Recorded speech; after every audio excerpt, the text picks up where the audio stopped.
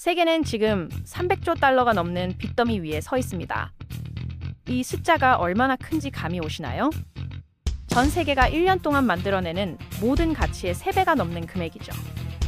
미국만 해도 37달러의 부채를 안고 있고요. 중국도 18조 달러 이상 빚을 지고 있습니다. 그럼 도대체 누가 이 돈을 받을 사람일까요? 모두가 빚을 지고 있다면 누구한테 빚진 걸까요? 이 질문에 대한 답을 찾다 보면 현대 경제 시스템의 놀라운 비밀을 발견하게 됩니다. 지금부터 그 이야기를 시작하겠습니다.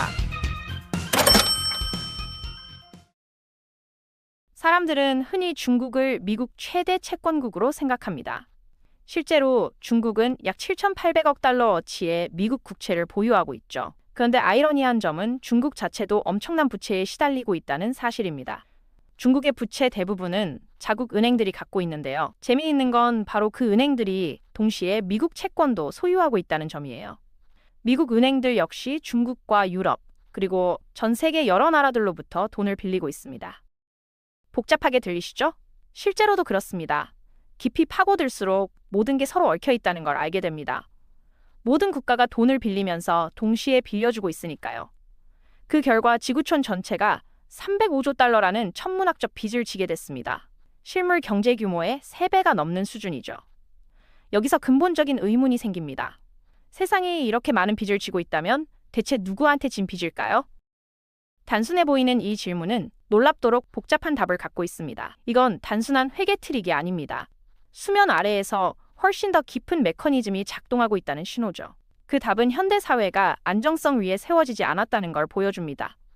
오히려 끊임없이 자금을 빌리고 대출하고 재투자하는 순환구조 위에 건설됐습니다. 이건 글로벌 부채가 어떻게 현대 문명의 심장이 되었는지에 관한 이야기입니다. 만약 사람들이 정말로 대출을 멈춘다면 무슨 일이 벌어질까요? 부채라는 개념이 현대의 산물처럼 느껴질 수 있습니다. 정부 장부에 적힌 무서운 숫자 정도로 생각하기 쉽죠. 하지만 실제로는 인류가 가진 가장 오래된 관념 중 하나입니다. 은행도 동전도 지폐도 없던 시대에 부채는 그냥 약속이었어요. 봄철에 이웃에게 곡식 자루를 빌려준다고 상상해보세요.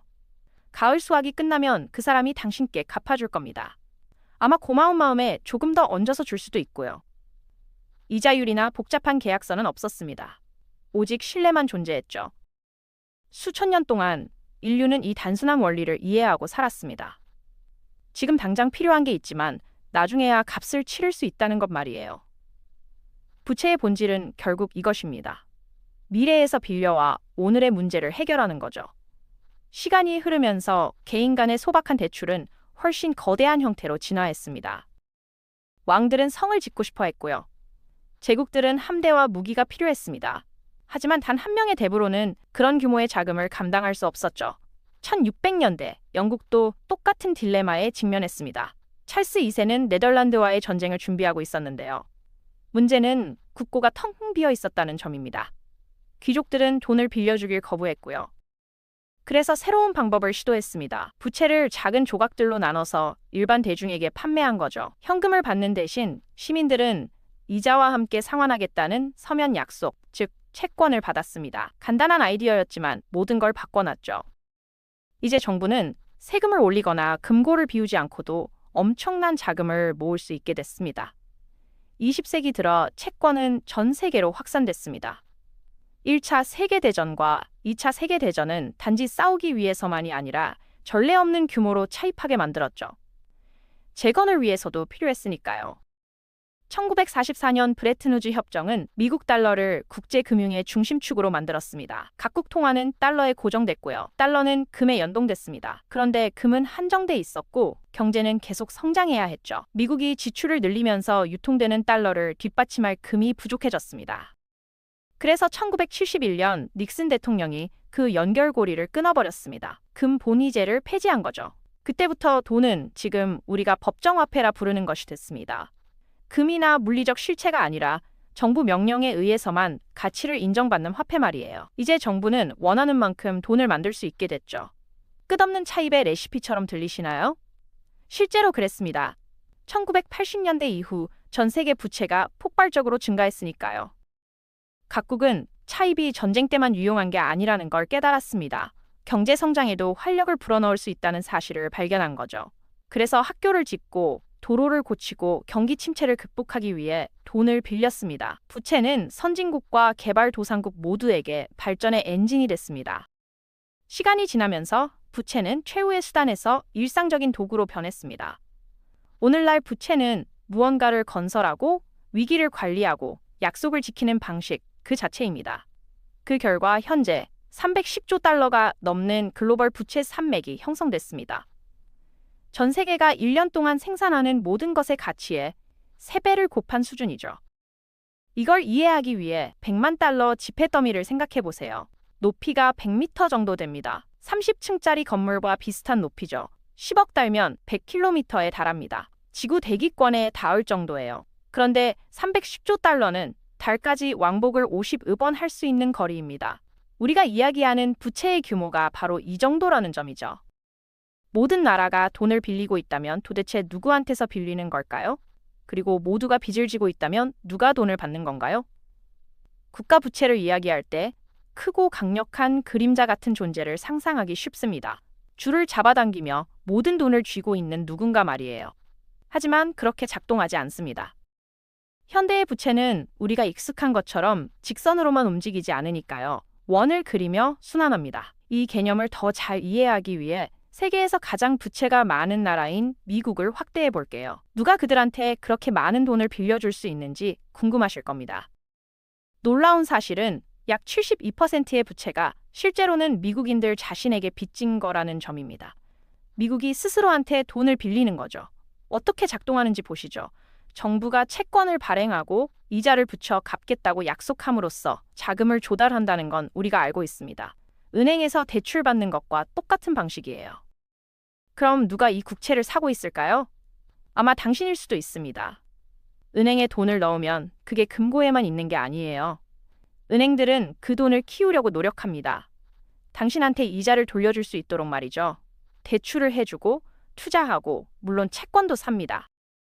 현재 미국 상업은행들은 약 1조 9천억 달러어치의 미국 국채를 보유하고 있습니다. 브라질이나 캐나다 같은 나라 전체 GDP의 3배가 넘는 규모예요. 채권이 여유 자금으로 이자를 벌 수 있는 가장 안전한 방법 중 하나이기 때문에 매우 인기 있는 투자 대상입니다. 주식시장처럼 매일 오르락내리락 하지 않으니까요. 물론 금리는 경제를 관리하기 위해 정부가 여전히 조정할 수 있습니다. 1980년대에는 수익률이 급등해서 16% 이상까지 올라갔죠. 정부가 높은 인플레이션을 잡으려고 노력하면서 말이에요. 2020년 코로나19 회복 기간 동안에는 더 많은 지출을 유도하기 위해 1% 미만으로 떨어졌고요. 하지만 채권을 살 때마다 금리는 전액 상환될 때까지 고정됩니다. 그러니까 정부가 나중에 뭘 하든 당신 문제가 아닌 거죠. 오늘날 미국 10년물 국채는 연 4.6%의 안정적인 이자를 지급합니다. 거의 제로에 가까운 리스크를 고려하면 꽤 괜찮은 수준이죠. 이게 바로 채권과 부채가 인기를 끄는 큰 이유입니다. 물론 채권을 사는 건 은행만이 아닙니다. 큰 자금을 보유한 누구든 마찬가지예요. 연금기금, 보험사, 투자회사 모두 같은 일을 합니다. 채권을 사서 이자를 벌죠.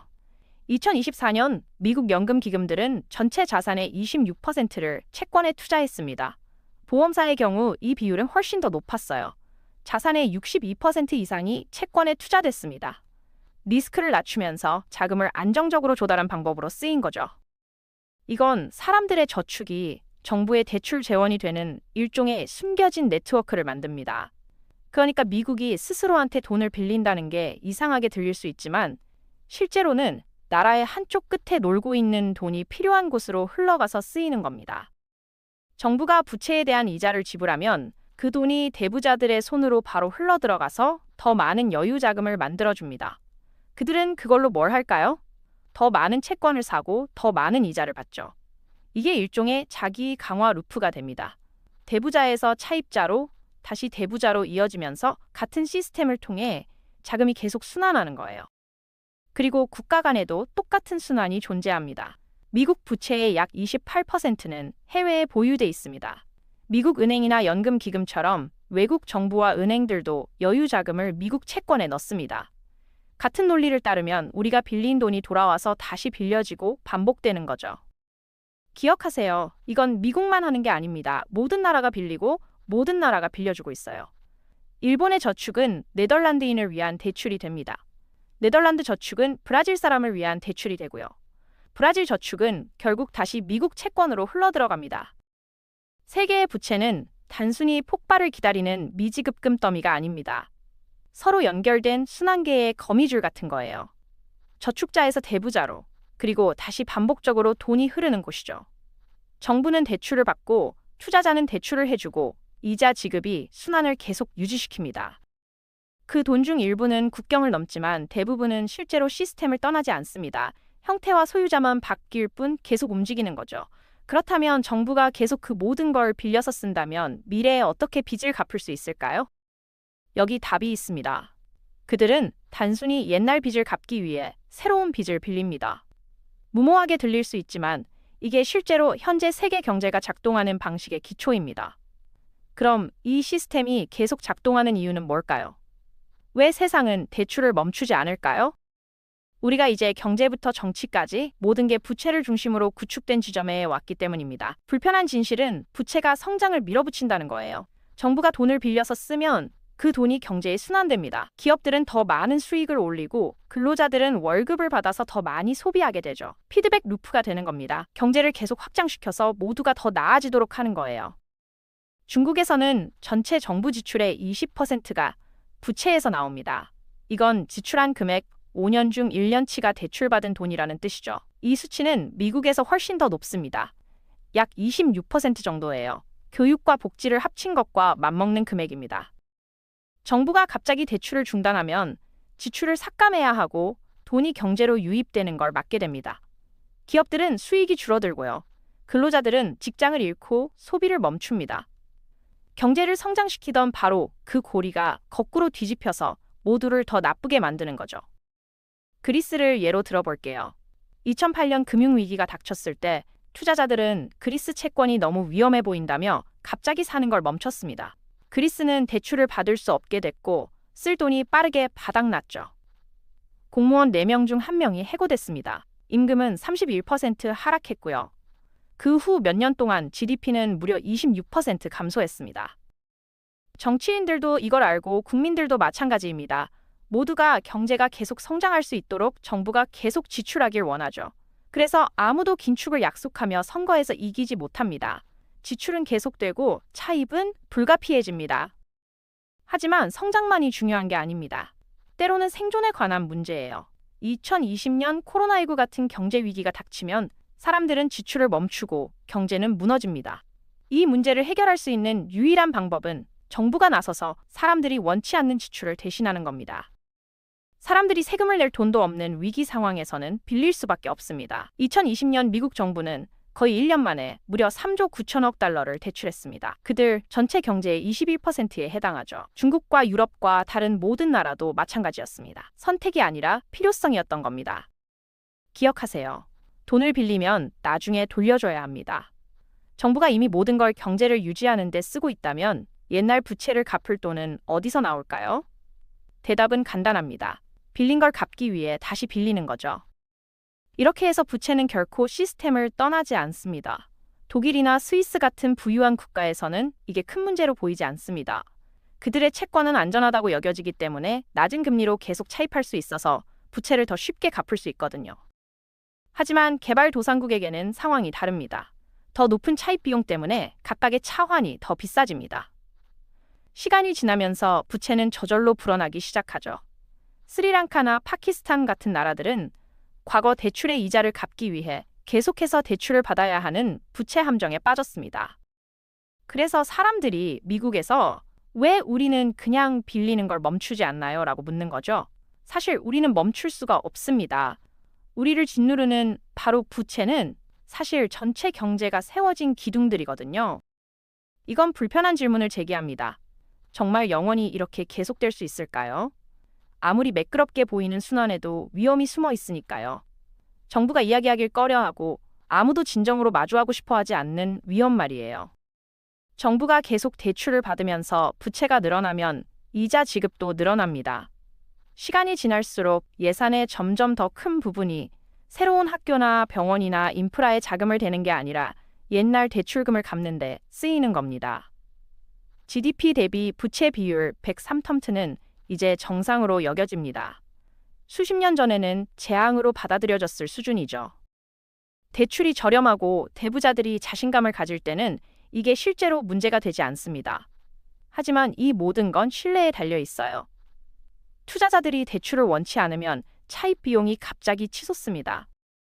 정부가 이 문제를 해결하려고 시도하는 한 가지 방법은 더 많은 돈을 찍어내는 겁니다. 쉬운 해결책처럼 들릴 수 있지만 큰 단점이 있죠. 더 많은 돈이 시스템에 들어오면 각각의 화폐 단위 가치가 줄어들고 그 결과 인플레이션이 발생합니다. 물가가 오르고 저축 가치가 떨어지고 사람들은 점점 더 가난해지기 시작하죠. 극단적인 경우 통제 불능 상태가 될 수 있습니다. 베네수엘라에서는 2010년대 후반 정부가 빚을 갚기 위해 엄청난 양의 돈을 찍어냈습니다. 몇 주마다 물가가 2배로 뛰었죠. 빵 한 덩어리가 10볼리바르였다가 갑자기 수백만 볼리바르가 됐습니다. 통화는 거의 무가치해졌고 평범한 사람들은 하루아침에 저축이 사라지는 걸 봤습니다.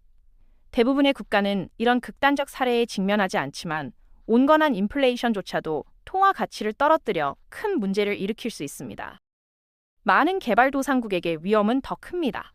미국 달러 같은 외화로 담보대출을 받는 경우가 많거든요. 이건 자국 통화가 약세를 보이면 자국 기준으로 부채 상환 비용이 갑자기 더 많이 든다는 뜻이죠.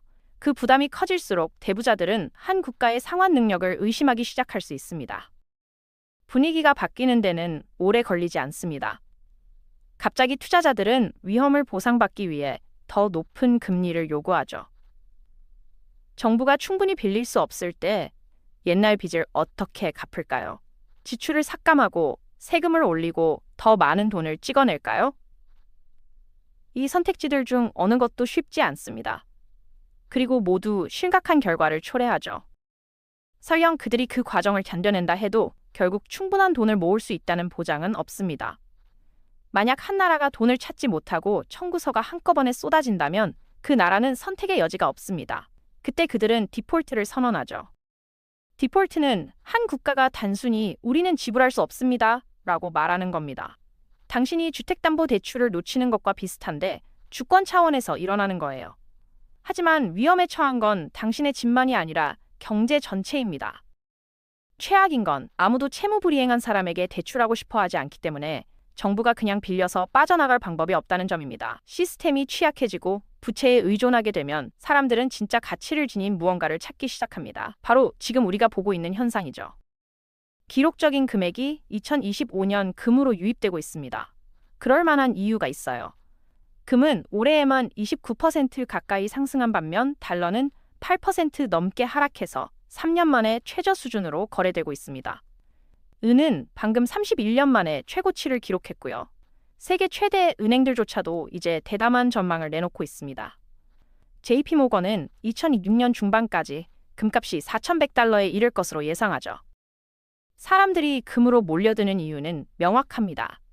부채로 구축된 시스템에 대한 신뢰가 흔들리고 있기 때문이죠. 정부가 계속 돈을 찍어내고 빚을 쌓아가는 동안 사람들은 진짜 가치를 지닌 무언가를 찾고 있습니다. 수천 년 동안 가치를 지켜온 것, 정부의 약속이나 중앙은행의 정책에 의존하지 않는 것 말이에요. 이게 바로 우리가 도달한 지점입니다. 전 세계 경제는 더 이상 생산과 소비의 균형 위에 서 있지 않습니다. 끝없는 차입과 대출의 순환 위에 떠 있죠. 이 시스템은 놀랍도록 정교하게 작동하지만 동시에 놀랍도록 취약합니다. 생각해보세요. 모든 나라가 빚을 지고 있고 모든 나라가 동시에 채권자입니다. 돈은 국경을 넘나들며 끊임없이 순환하고 있어요. 은행에서 정부로, 정부에서 투자자로, 투자자에서 다시 은행으로 흘러갑니다. 이 거대한 순환고리는 멈추지 않고 돌아가야만 합니다. 한 곳에서라도 막히면 전체 시스템이 흔들리니까요. 문제는 이 시스템이 영원히 계속될 수 있느냐는 겁니다. 역사는 우리에게 어떤 시스템도 영원하지 않다는 걸 가르쳐주죠. 로마 제국도 무너졌고 근본위제도 끝났습니다. 2008년 금융위기는 시스템의 균열이 얼마나 빨리 전체를 무너뜨릴 수 있는지 보여줬어요. 그렇다면 우리는 어디로 가고 있는 걸까요? 아무도 정확히 알 수 없습니다. 하지만 몇 가지는 분명해 보입니다. 첫째, 부채는 계속 증가할 겁니다. 정부들이 갑자기 긴축으로 돌아설 가능성은 거의 없으니까요. 둘째, 이 시스템은 점점 더 불안정해질 겁니다. 부채가 쌓일수록 작은 충격에도 큰 위기로 이어질 가능성이 커지죠. 셋째, 사람들은 계속해서 대안을 찾을 겁니다. 금이나 애인 같은 실물 자산으로 말이에요. 어쩌면 암호화폐나 우리가 아직 상상하지 못한 다른 무언가로 옮겨갈 수도 있습니다. 중요한 건 현재의 시스템이 유일한 선택지가 아니라는 점을 사람들이 깨닫기 시작했다는 겁니다. 우리는 경제 역사에서 흥미로운 순간을 살고 있습니다. 수십 년 동안 당연하게 여겨진 시스템이 질문받고 있죠. 부채를 기반으로 한 성장 모델이 정말 지속 가능한지, 끝없는 차입이 정말 답인지 말이에요. 한 가지 확실한 건 이 질문들이 단순히 경제학자나 정책 이반자들만의 문제가 아니라는 겁니다. 우리 모두의 문제예요. 우리의 저축, 우리의 일자리, 우리의 미래가 이 시스템에 연결되어 있으니까요. 시스템이 작동하는 한 우리는 계속 앞으로 나아갈 수 있습니다. 하지만 만약 멈춘다면 그때 우리는 완전히 새로운 세상을 마주하게 될 겁니다. 세계가 스스로에게 진 300조 달러의 빚, 이 기이한 현실이 바로 우리가 살고 있는 경제 시스템의 본질입니다. 놀라운 발명품이자 동시에 위험한 도박이죠. 우리는 그 결과를 곧 보게 될 겁니다.